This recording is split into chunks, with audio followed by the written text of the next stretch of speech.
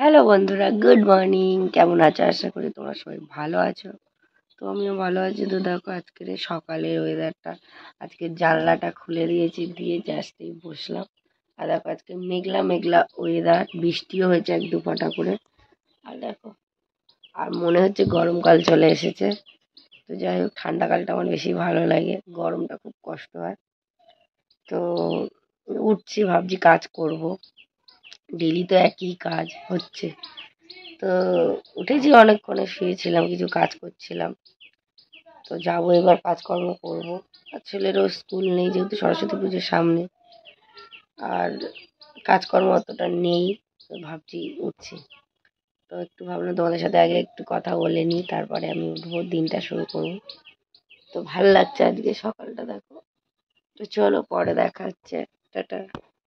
Hello বন্ধুরা, তো সকালবেলা সব কাজকর্ম করে এখন চলে এলাম, রান্না করব। তো টিফিন এখন করিনি, তো বর গেছে বাজারে, ও দোকানে গেছে। দোকান থেকে আসলে টিফিনটা বানাবো।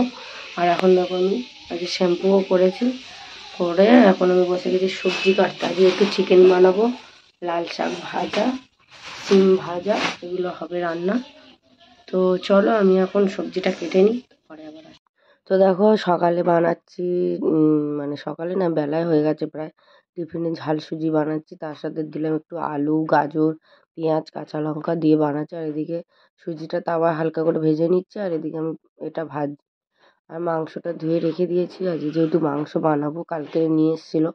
তো কালকে বাঁধাকপিটা করেছিলাম বলে অনেক দিন হয়ে গেছে, ফ্রিজে রাখা ছিল, তো ওই জন্য আজকে বানাবো। তো রেডি হয়ে গেছে, কিন্তু টিফিন কিছু খাইনি, বরমশাইও বাইরে কিছু খায়নি।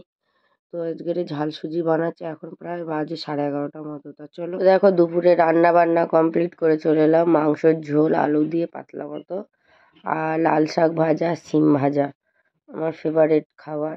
তো চলো দুপুরবেলা খাওয়া দাওয়া করে নিই, পরে আবার তোমাদের সাথে দেখা হচ্ছে।